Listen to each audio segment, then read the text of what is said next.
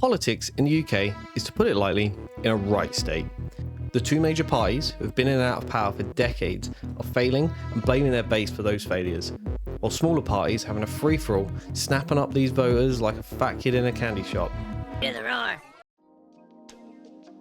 For over 100 years, we've had either a Conservative or Labour government, with the Conservatives in power for about 2/3 of that.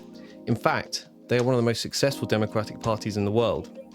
However, the Conservatives absolutely ate shit at the last election. After 14 years of failure, they dropped to their lowest numbers in, well, ever. They have had more leaders in the last few years than Taylor Swift albums. They've killed off public services, decimated the economy by dragging us through Brexit, and then finished themselves off with the walking disaster that was Liz Truss. During this whole mess, they have been pushing further right in an attempt to appease that wing of the party.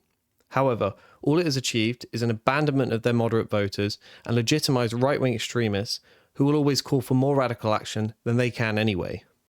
Now they have a leader in Kemi Badenoch who thinks sandwiches aren't real food. I mean, what are we even doing here? And you would think this would mean happy days for Labour. At the last election, they swept up over 400 seats, but they only got 33% of the vote. Another lifetime record though, managing to win the most seats with the fewest vote share. The party has failed to push back on the far-right narratives on immigration.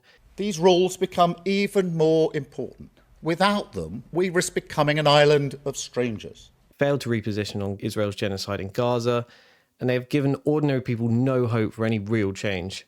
And Keir Starmer is supposed to be a human rights lawyer. Sure, bro.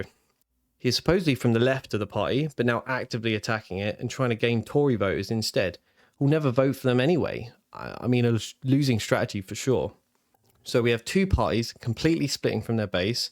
So where do these people go? Reform. Everything you see in the news or hear on podcasts is fucking Reform. A once fringe far-right party is now topping polls like it's one of the big boys. People want change and they are offering it, going from a couple percent in 2019 election to over 14% in 2024, grabbing up 5 seats.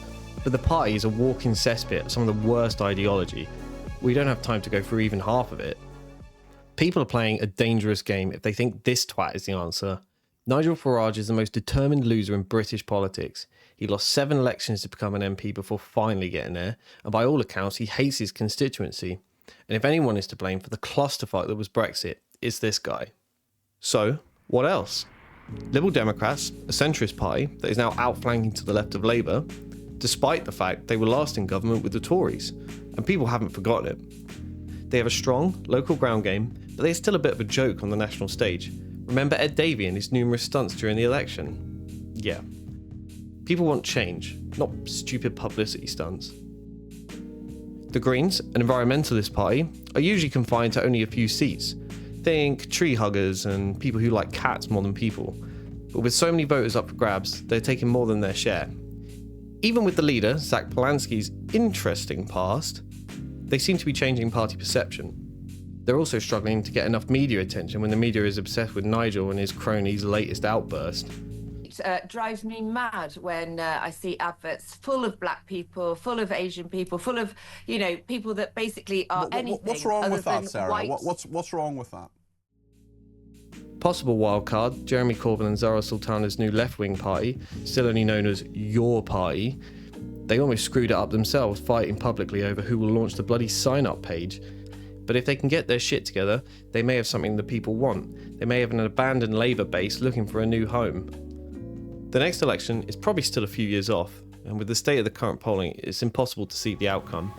But across Europe and in the US, the far right are capitalising on people's fear, and if we don't fight it here, we'll end up falling to it too.